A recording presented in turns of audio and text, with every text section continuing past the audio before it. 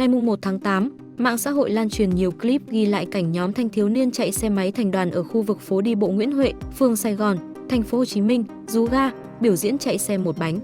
Theo tìm hiểu, các đoạn clip được chia sẻ trên mạng xã hội ghi lại cảnh nhóm này tập trung tại khu vực phố đi bộ Nguyễn Huệ, phường Sài Gòn, thành phố Hồ Chí Minh vào rạng sáng cùng ngày. Trong đó có nam thanh niên bốc đầu xe, chạy một bánh trên đường.